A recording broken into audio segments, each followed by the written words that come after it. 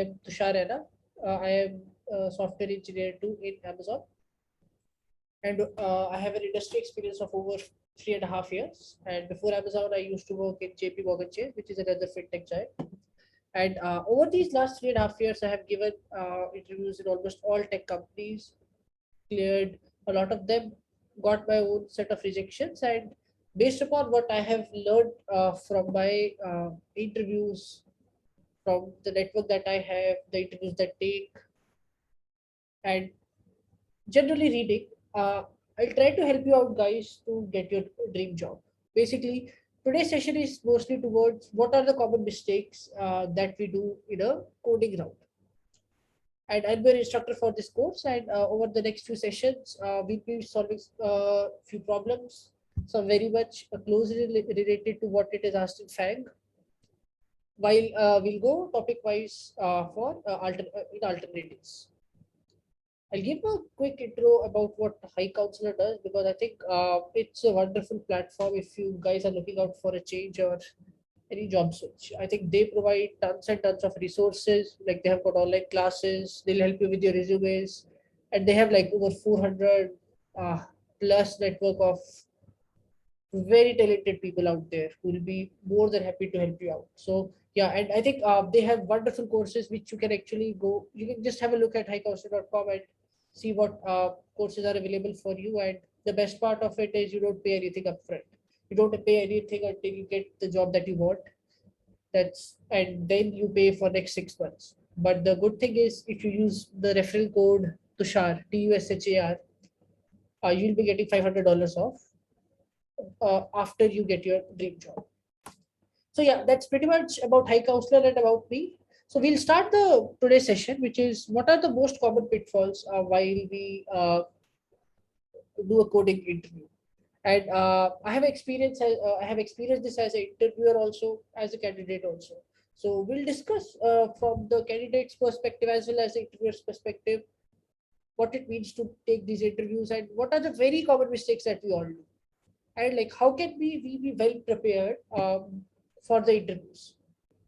So I think there is one quote like that usually got embedded in my mind. It was something like this, like that life is too short to learn from your own mistakes, which is something, if we start thinking that I'll make a mistake, I learn from it, and then work on that model iteratively, we don't have that much time. So the best thing is we try to see what others have faced and what how, as I said, as an interviewer, what things you look at and see we don't repeat those mistakes.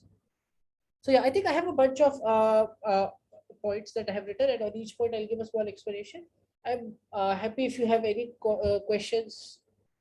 Wait a second. If you have any counter questions, or if you have any questions, I'll be more than happy to answer those. I'll be monitoring the chat if you want to ask any such question. So yeah, I think the first part is, which is the most critical, is understanding the process. So when I say process, we all want to get a job in our dream companies, and each of our dream companies actually has a different process. Overall, they are looking at people who are logically strong, who are skilled, but the underlying process is minutely different in almost all the companies, and that's what it's important for you to understand.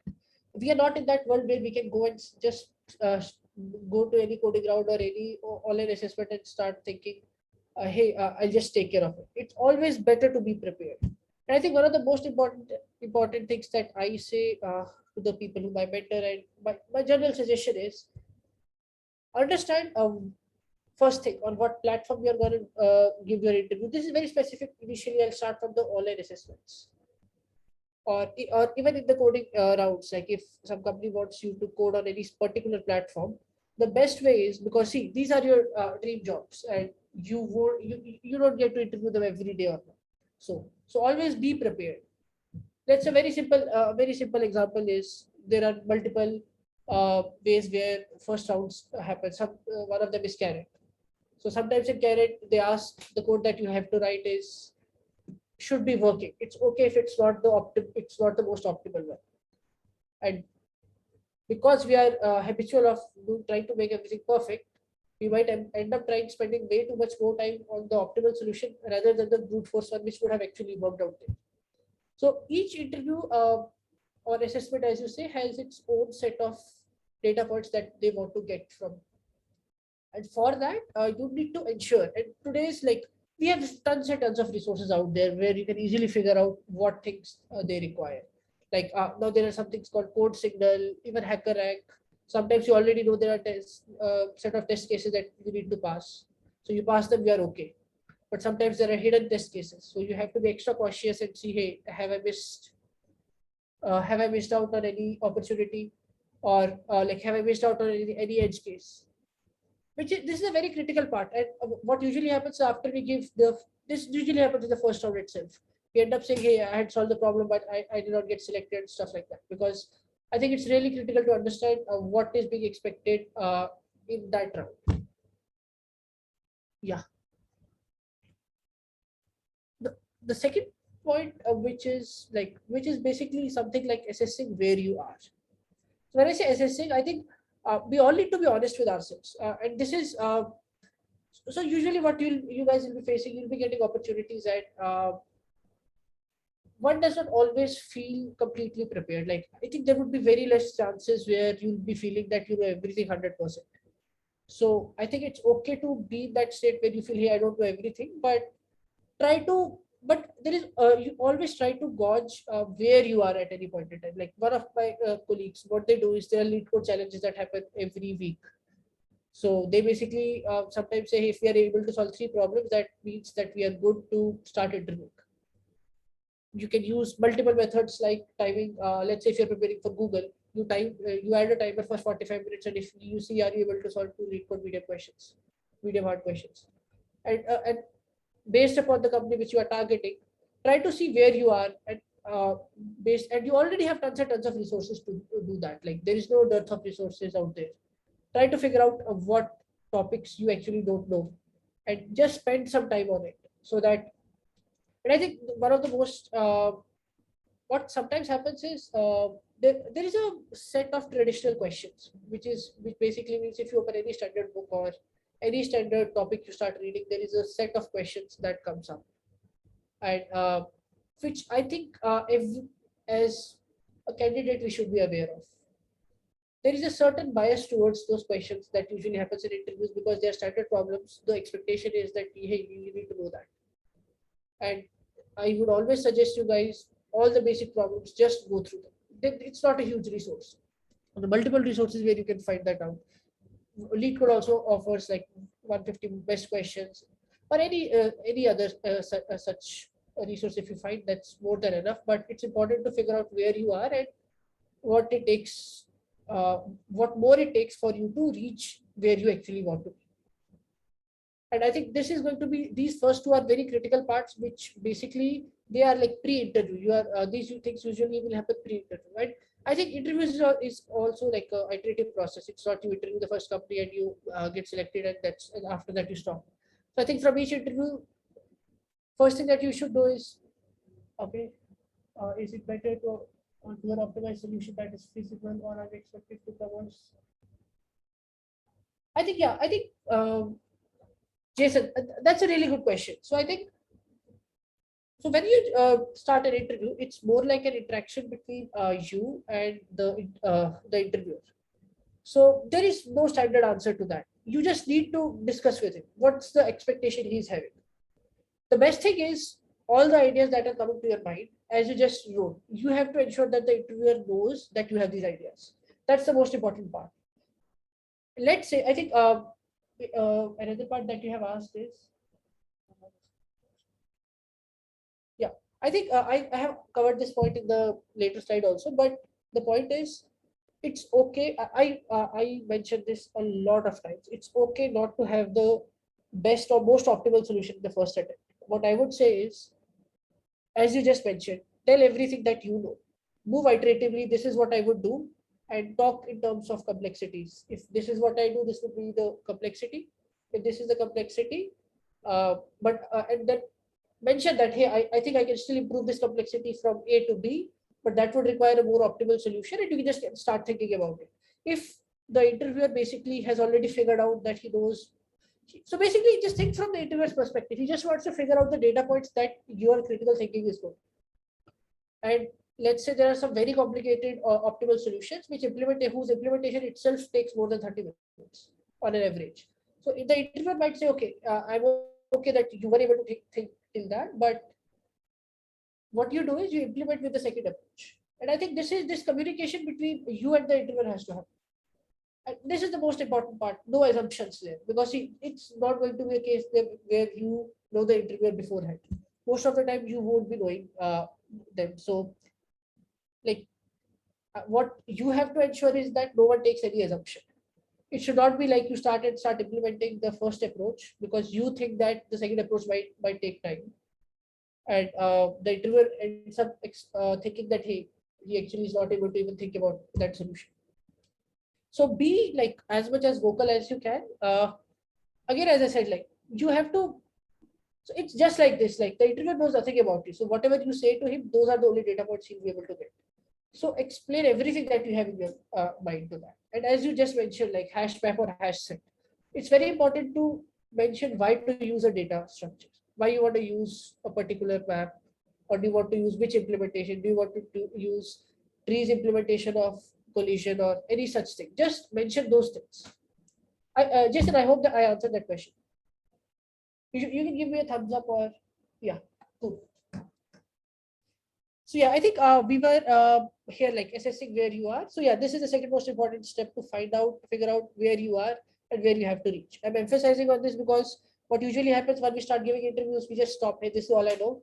But it's an iterative process. The most important thing is whenever you give an interview and you're not able to solve a problem, you should go home and do that problem at least.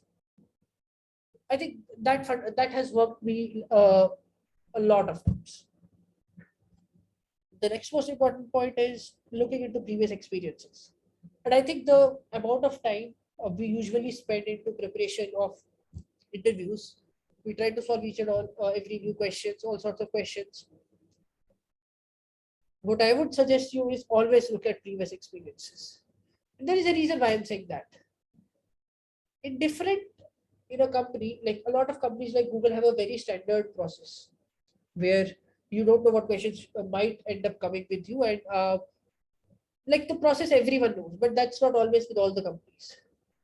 And you might not get the data points directly from the recruiter itself, like hey, this is going to be the first round which might test your data structure skills. Sometimes what happens, I'll tell you, they'll ask you a data structure question and it somehow will turn into LLD also. A very simple problem, something like this is implement a Sudoku sort of thing. So it's very important. Just have a look at what previous experiences say. What was the expectation in those experiences? And that will give you a general idea. Like sometimes, so if you want to look at experiences, there is Geek for Geeks, Lead Code, Blind. Like again, tons of resources where we can figure out what people who have already given these interviews. And I think the intent here is not to just do the questions they have done before. Like the intent is not the question. The intent is the format which is being asked. Any critical data point that you can figure out from that. And like this is again, as I would say, like yeah, Jason, please ask. Yeah. So, can you explain more about like how can we actually look into the previous experiences? Like, for example, if I solve a lead code question, and from what I know is like in the FANG companies interviews, they will usually like tweak the lead code question a little bit. Like it's not exactly the lead code question, and they will like probably put in some unknowns, or like some probably need you to use one more data structure to it. So like what are your advice that can help us to better prepare for this from the previous experiences? Yeah, I think again, as I said, like what I want you guys to look at previous experiences is that something like this. Not exactly two questions. What data points you can collect is we were asked to code two questions. I was able to code one. Second, for the second one, I was able to write the brute force and it was okay. The feedback was positive. Things like that. Again, I said like questions are like I think 5 to 6 years ago the situation was like we had very limited set of problems, but now even you see lead code has 2,000 problems. So when someone says lead code type problems, that basically means a part of it will be somewhere in some lead code question. They have like covered lots and lots of areas now. But again, like there are really smart people who are creating interviews in the FANG companies also. So they twist the problems. But the I think when you see when you look into lead code type problems, the main way to gauge usually is what I usually see is lead code medium hard. So let's say if there are experiences that clearly say, hey, you'll be asked to lead code hard problems, and you can see from 5 experiences that or list of tons of experiences that it's going to be lead code hard problem, and that's what for you have to be prepared about. So, and we know about lead code hard, we might get a brute force approach one, but we know the optimal one will be a bit tricky. So we have to think in those terms. Again, as I said, like thinking in, if you start thinking that this question has already been there and will it be again asked, that's very less probability of question being repeated. Does that help? Okay. Yep. Thank you. Yeah. And I think the next most important part is the mock interview. I think this is a problem that I personally faced. I'll tell you a small story. So I used to code well, but the thing was, I have coded for almost 3 to 4 years in college, and I used to code in like proper silence, like no one should be saying anything. I used to go to library and start coding out there. But what I realized while being a candidate in an interview, you have to code while you have to speak also.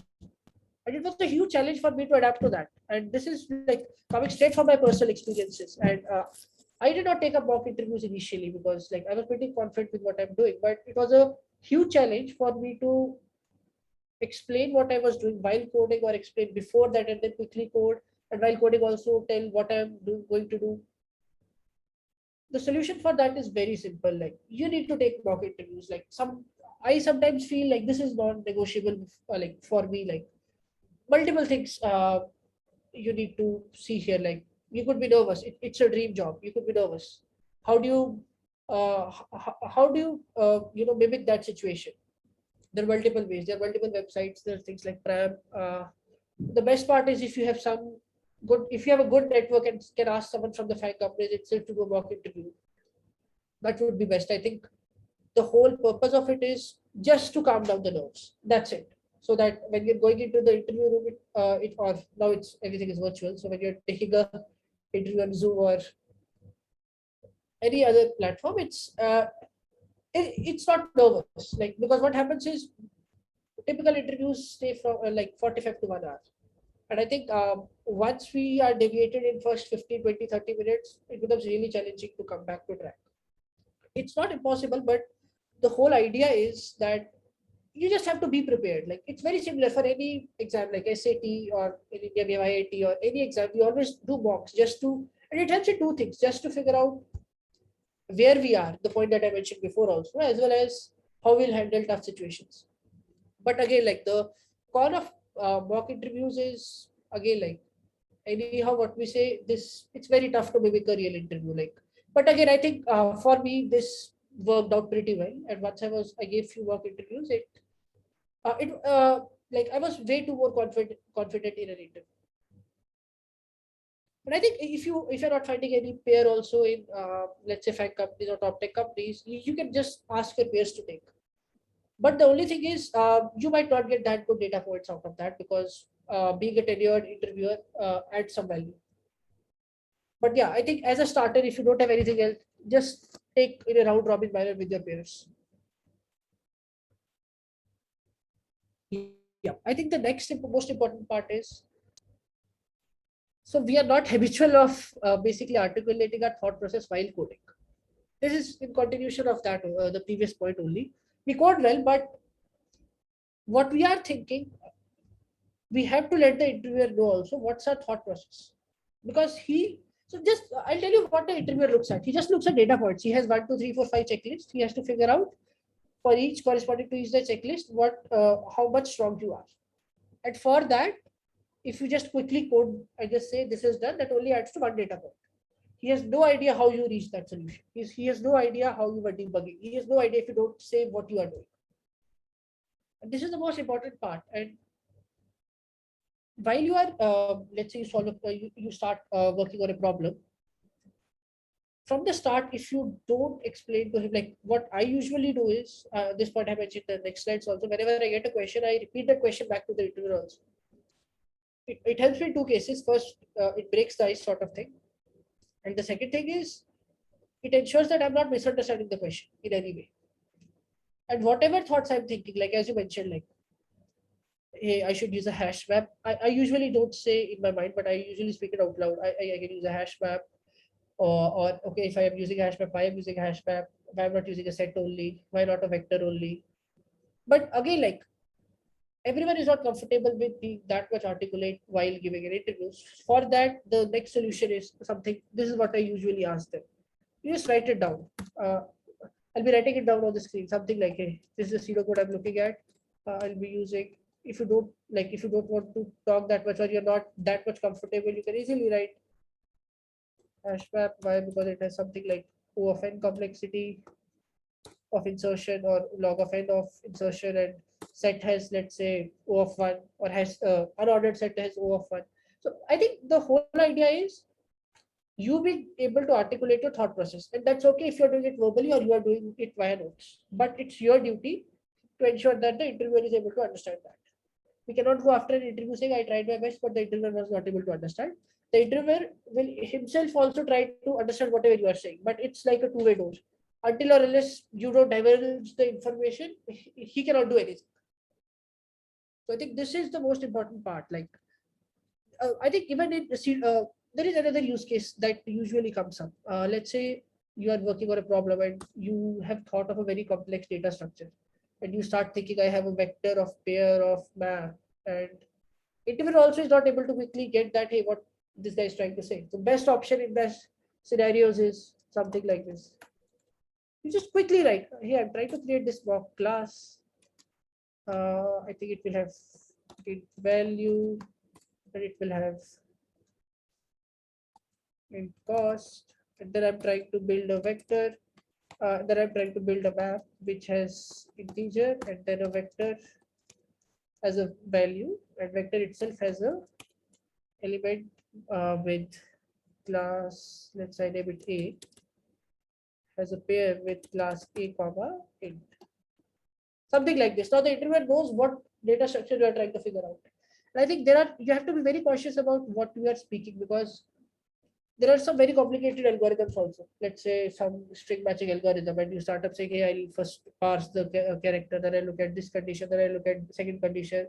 And even you, while speaking, lose track of what you have said. The best way is just write it down. I know it would take just a bit more time, but I think it's worth that, because you and interviewer both know now what you are thinking. And like there is no ambiguity in between, hey, this is what I wanted to think, and but I was not able to convey. Because what usually happens in a lot of interviews is you and the interviewer both have to agree on a solution. You just don't start coding first, and until you are not articulate enough, and interviewer does not get that what you are trying to do, it becomes a really challenge for you to start coding. And once you start coding, let's say you're going in the wrong direction, if you've not explained your process to the interviewer, it will be really challenging for you to again change your approach while implementation. And which is not a good data point also, because I think one of the most important data points is like how you respond to feedback.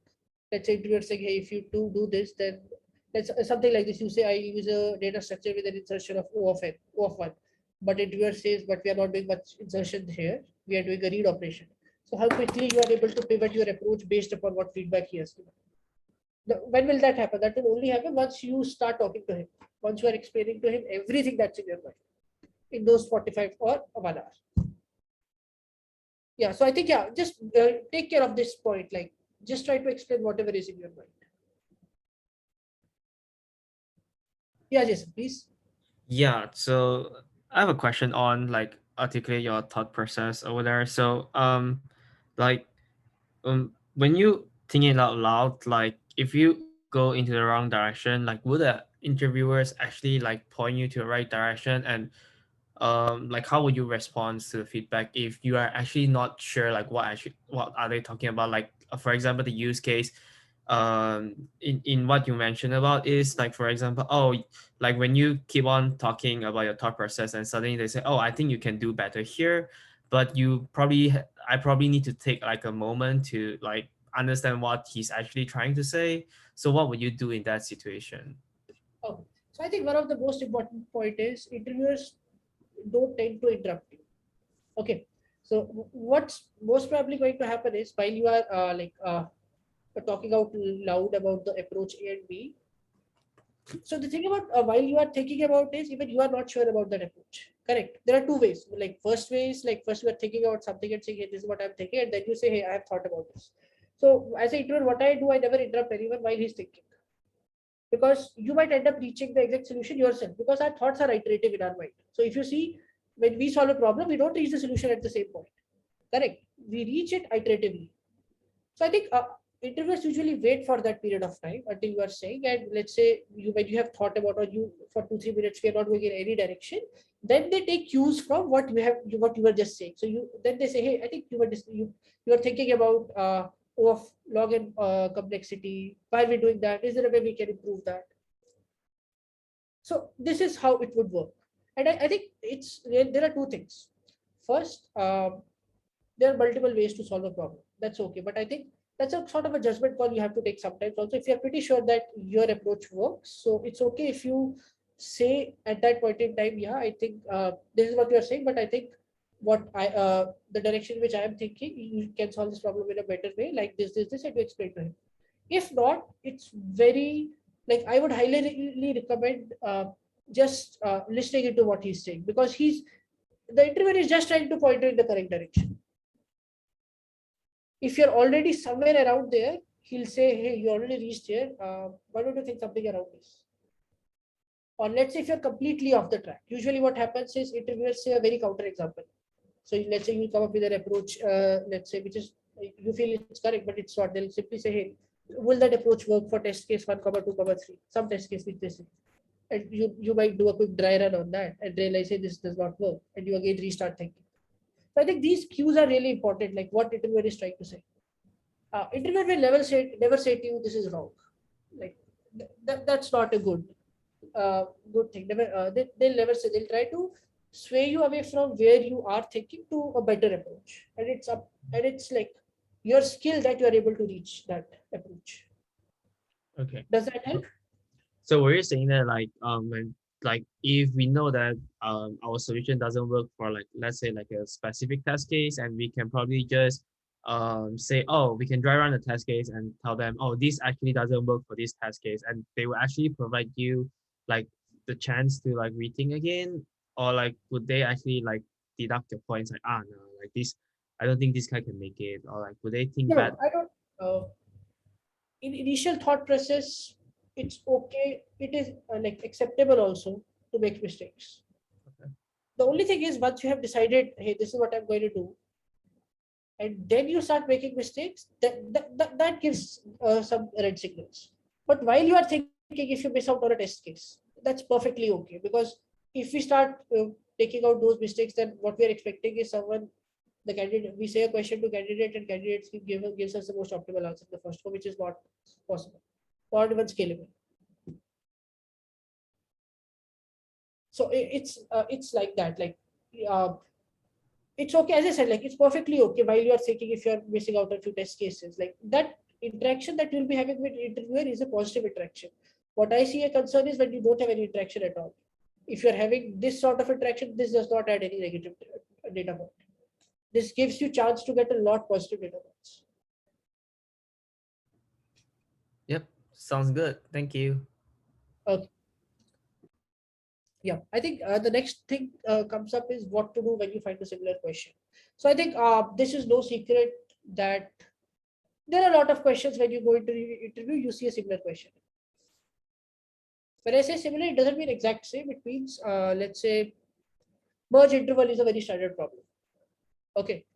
And there are ways you can disguise that problem into a real world problem. Maybe you can use trains, you can use car scheduling, but the core concept is merge interval.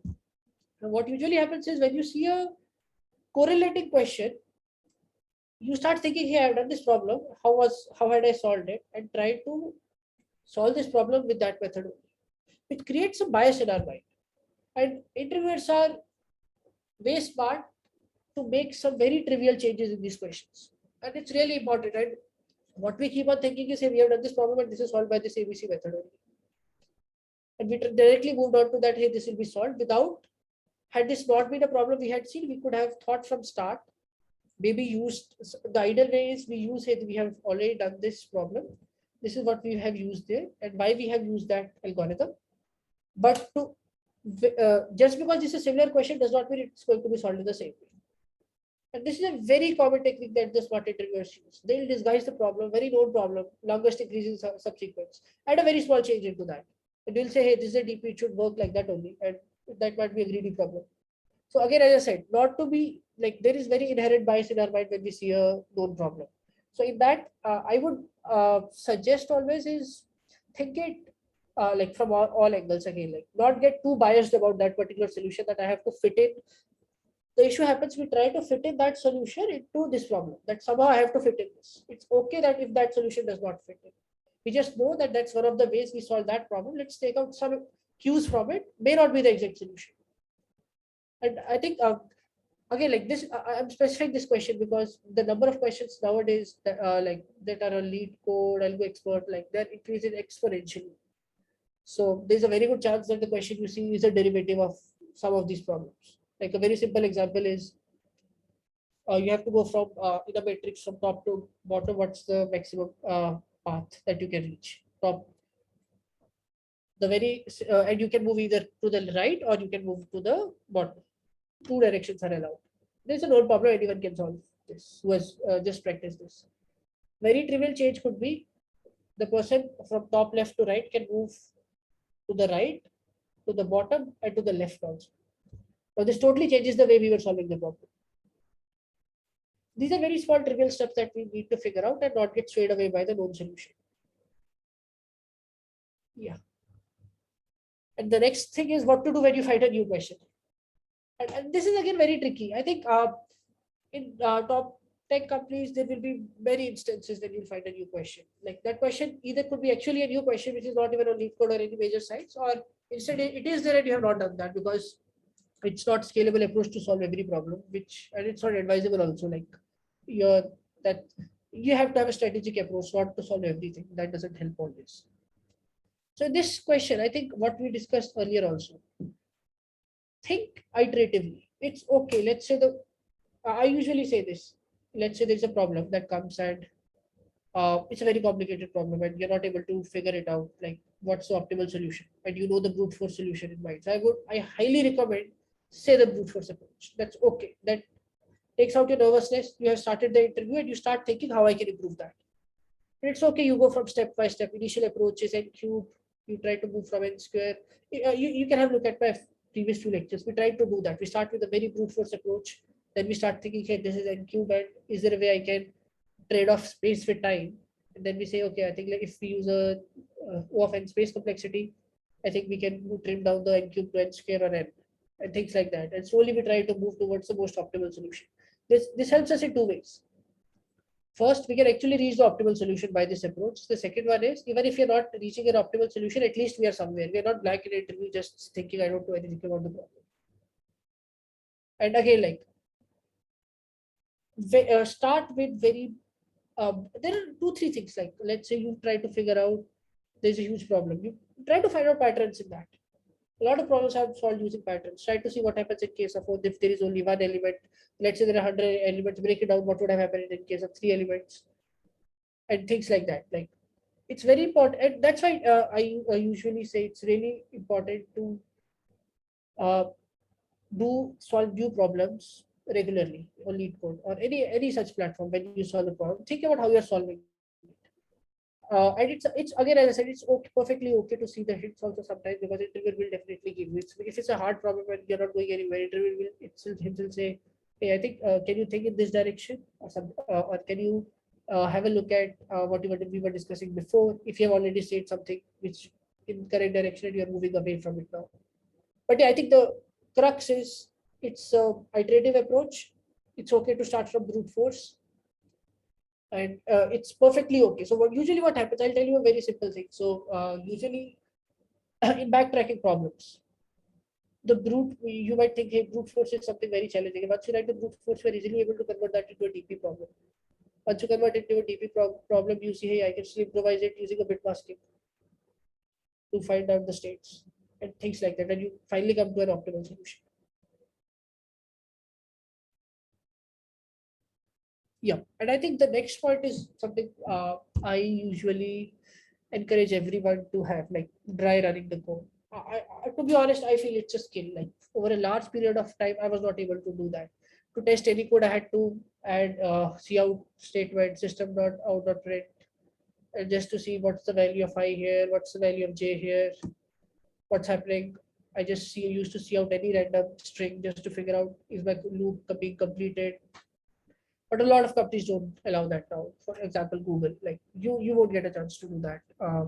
Some in some interviews like Carrot, you are like it's encouraged that you can run the code yourself. But I think like once we go on site also, it usually happens on pen paper, and even now like still its compiler sometimes is not available. So I think dry running the code is something really important. And I think dry running, how you can help out is it's something very simple. Like let's say you are doing a recursion problem. Try to see, are you closing the loop? Is it, if it's going infinitely? Same with backtracking problems. Dry running is basically just trying to figure out those test cases which might break and just try to see if that code works.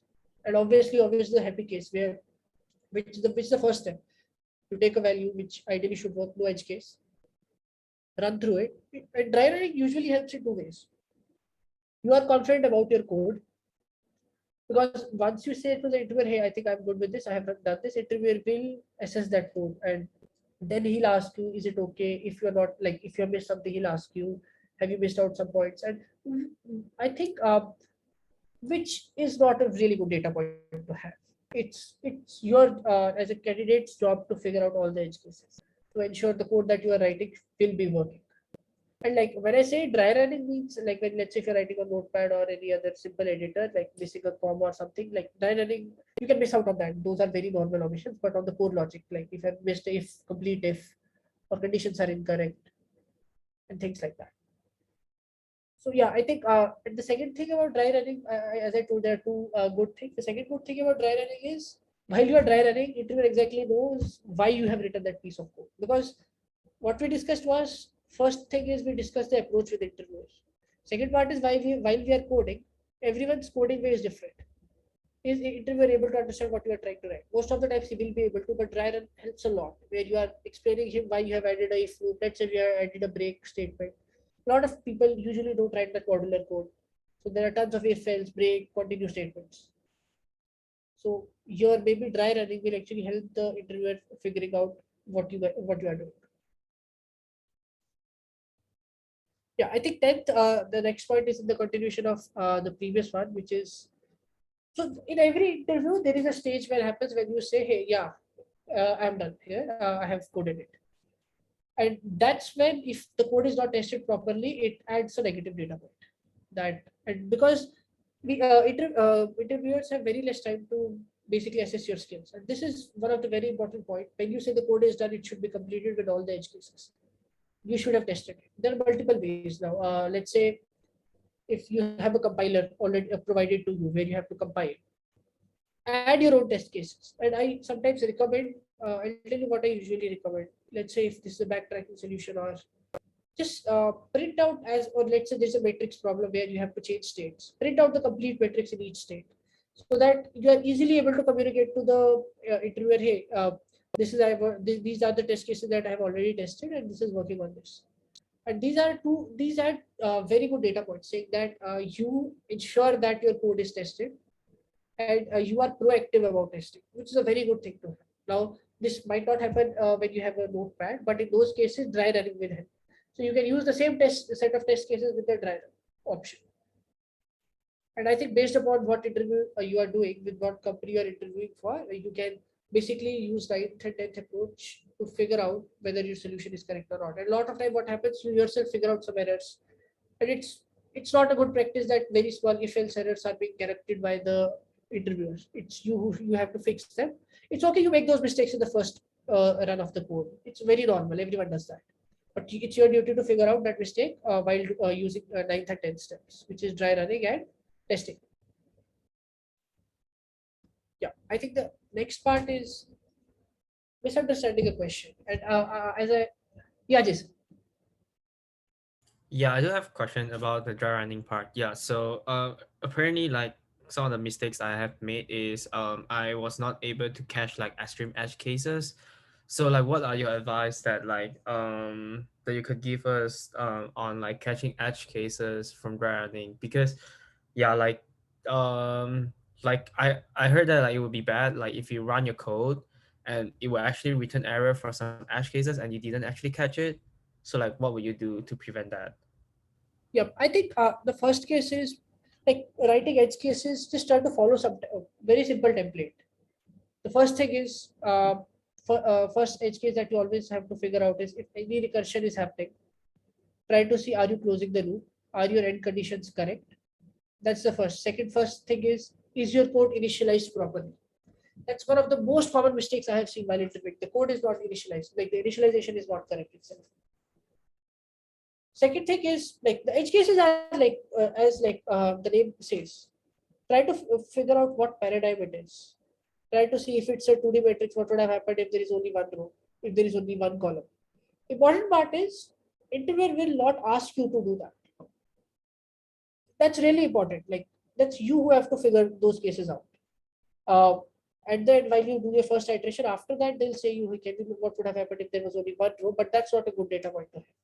So I think you need to be very proactive about it. But again, as I said, like there is an approach you can follow, but there are no set of rules that we can say, hey, let's that we are able to find out edge cases every time. Very simple edge cases are like a few which usually happen. Let's say there is a string filtering method. You have to filter out all the characters. You filter out all the lowercase, but you don't filter out the capital characters. So it's these are very trivial things. Like look at the problem, and as I said, if you have good test cases and you have good dry running skills, you'll be easily able to find out all your mistakes. And that's what I say. I usually say it's even if sometimes you're going to go for an interview where the code is compilable and everything, still try to do a dry run on a plain notepad. You're able to figure out what mistakes you are doing while writing the code, because every time you cannot see out stuff and print some things just to get that. Very common things. Like I'll tell you, I have seen interviews where there is issue division by zero, and interview is not candidate is not able to figure out what's wrong in that. Very small trivial thing. Division by zero should not be there.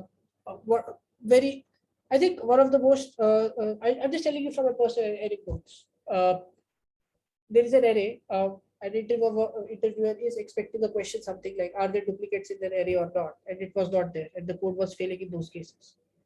So I think these are the cases where which you have to look at.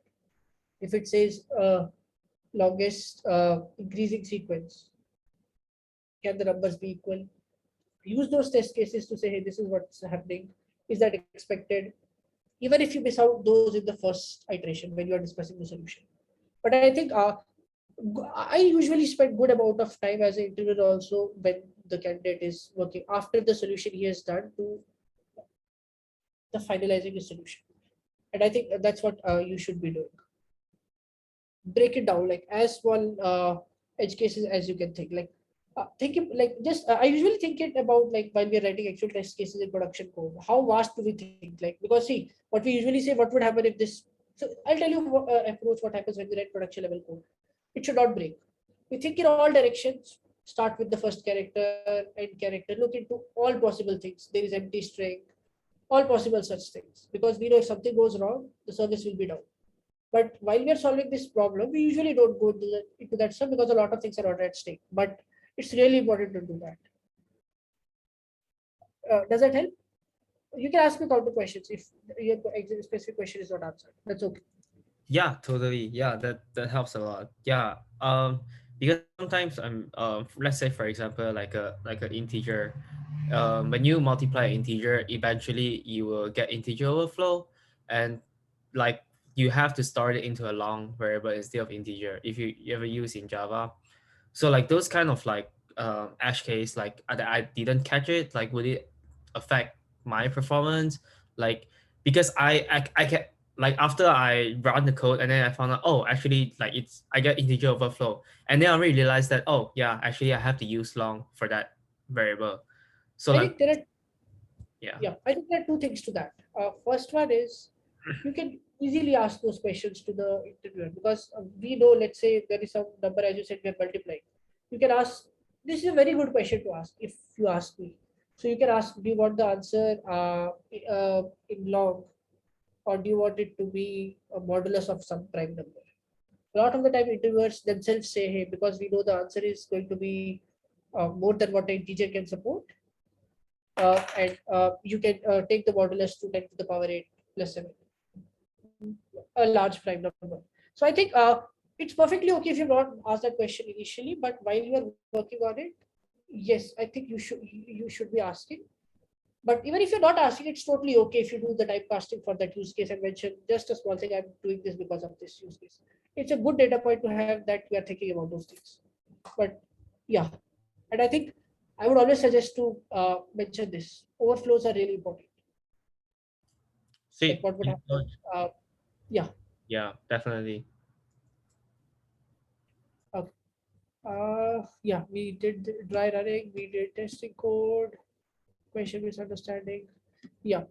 I think next part is we need to adhere to some very basic coding standards. So I know like these are 45 minutes and we are very habitual of writing very quick code, which is acceptable. Okay. Like as an intern, I'm not very too much focused on if you are having like very production level code. Some companies do expect that code to be there, but I think a couple of things that you have to take care, like very basic stuff, like use same sort of indentation, maybe same sort of variable naming. Like it's not you use like something like this in first name, and then you say in sorry, not in string first name, and then you say string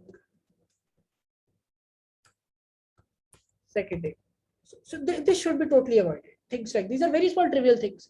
They basically show like how attentive you are while writing code, or like are you even adhering to some things. I'm okay if you like write for I is equal to I less than and I plus plus. Those loops, like I think that's totally okay. But if you're using single letter variable names in the middle of the code, that becomes a bit tricky. So I think, see, just think about this. You don't only have to write the code so that you understand. You have to write the code so that the interviewer understand. There is no other reason, to be honest. Like if you start writing code like string A, string B, he does not know what you're doing, and he'll have to ask you counter questions. Hey, what does this mean? Right? That takes out like a lot of time also, and there is a churn involved. It's not a good practice. So try to have like basic standards. And I think the second important thing is how quickly you break down the code. So I'll tell you a very small example, which usually has helped me a lot in very good in top tech companies. Sometimes there is a very complicated problem, like something. Just think about this. Uh, there is a string A. You do some processing on it, make it B, and then you apply some uh, complex logic. Complex logic, and then you return the answer. Now I know the core part is the complex logic, but A to B conversion is pretty straightforward but lengthy. Okay, so if I'm solving that problem, what I would do is just let's say string start string is equal to something. I'll say process string is equal to convert A to B. That's basically converting A to B. I send the start string, and what I do, let's say this is inside a function. I create a function convert A to B, something like this. Ignore the. Okay, let me fix this. String. Okay. Yeah, and you just don't write the code for it. Just add it in placeholder that there is a function that's going to do this. And what you do, you move on to the core complex logic part. So what this has done is, this is broken down your code into multiple parts. And let's say if you don't have the time to write this conversion, which is pretty straightforward, but a complicated one which takes a lot of time to code. But this is the critical complex logic. Interviewers will be very lenient with this. Like And if you have time at that, you can pretty much code this also. But if you try to spend a lot of time on non-trivial things, I usually prefer them abstracted out to a different part of the code, different functions, very small functions, so that you can look at them modularly also. And basically your code becomes easy to read and you can focus more on critical part.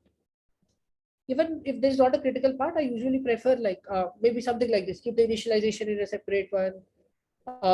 The core logic, I think the core logic should also always be separate. It really helps a lot for the interviewer also to figure out what you are writing, and you give a good idea to interviewer saying, hey, this is how would I write a production level code. Because at the end, see, I think a lot of people usually don't write production level code or lead code. I mean, it's not logical also. Like, why would you write that there?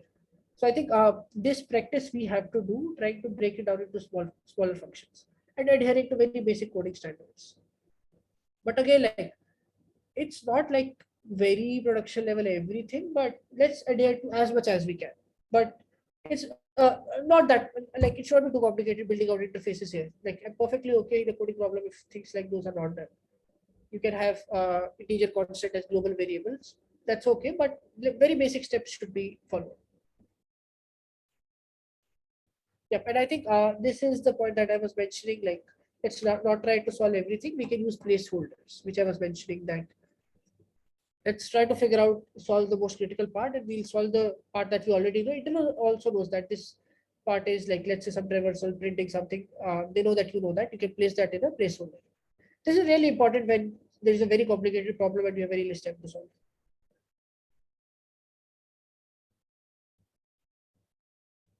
Yeah, and I think I wanted to add here also. I think there is one thing. Oh, I'll talk in there. Yeah, I think the next important part is you all need to talk in terms of complexities. Any approach you say is of no value if you don't add the complexities at the end. The good data point, what I see is if I don't have to ask every time, hey, tell me what's the complexity, why you're using that. You say I'm using a hash map because of this reason. It supports O of one, but I'll use remap implementation or this implementation, and the overall complexity will be ABC. Space will be this, and then you say this is my approach.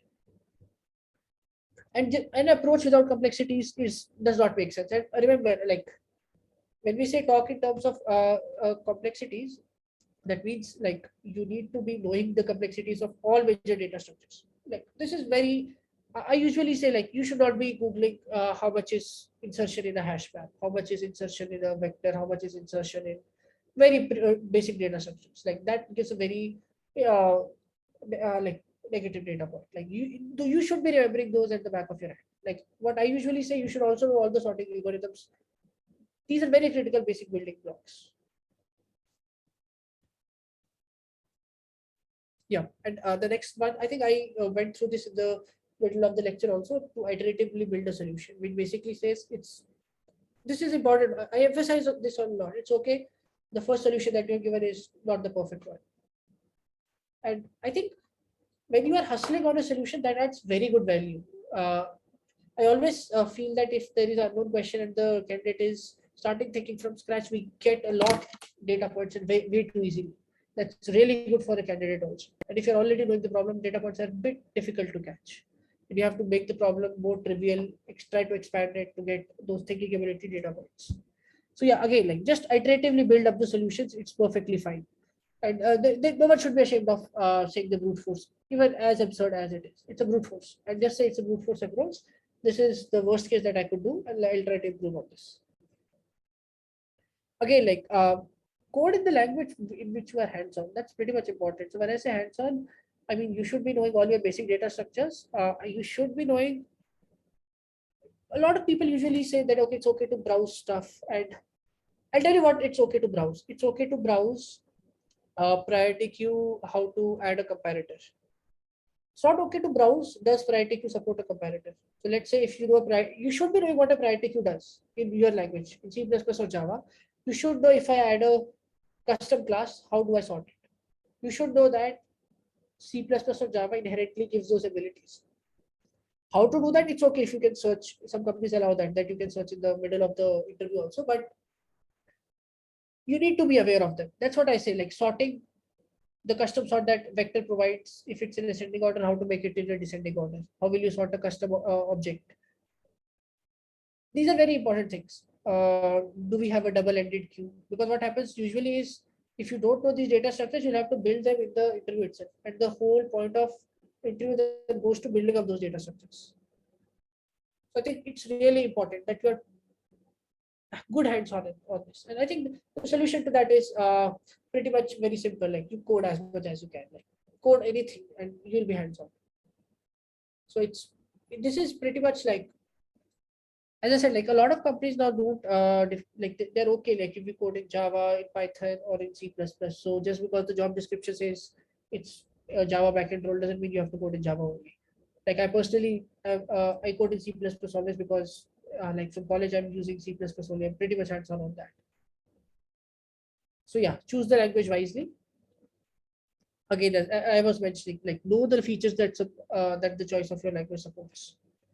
Basic, like, does it support typecasting, implicit, uh, basic ternary operators? Like, these are very basic things that you will be aware of if you're coding in that language, consistently coding in that language, and you should be aware of those. Yes, and I think the last one is respond well to feedback and help provided. Listen to what the interviewer is saying. Like, don't ignore that.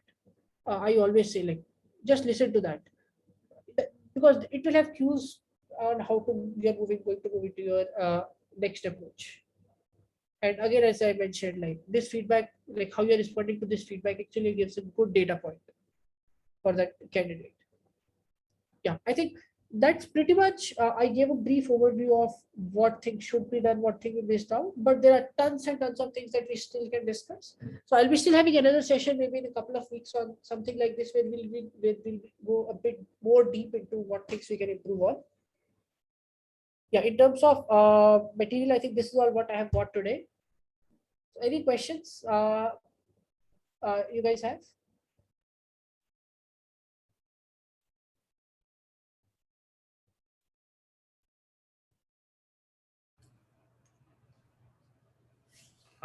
Yeah, I do have a last question. So, like, since you work at Amazon, so I'm really curious to know. So, what are the expectations for an interviewee as, like, if you are a software engineer? Sorry, I did not get your question. Sorry, yeah. So, like, what are your expectations for the interviewee when you are interviewers? Yeah. Yeah, I think the expectations are pretty general in all the top tech companies. First one is, do you have good problem solving skills? Because see, everyone is solving a problem in a different format. It is just the tools are different. So I think good problem solving skills. Second one is, again, as I said, how quickly are you responding to feedback? That's really important. And third one is how good code you write and how quickly, like, once we have discussed the approach, from there, how much time it is taking for you to code that. That's also pretty important. And as I said, like, we'll go into way more depths in later sections. But yeah, overall, we look at these positions for in any, this usually happens in any file, almost top tech companies for the initial SD1 role. For SD2, there are a bit more different guidelines. Apart from these, we also look at.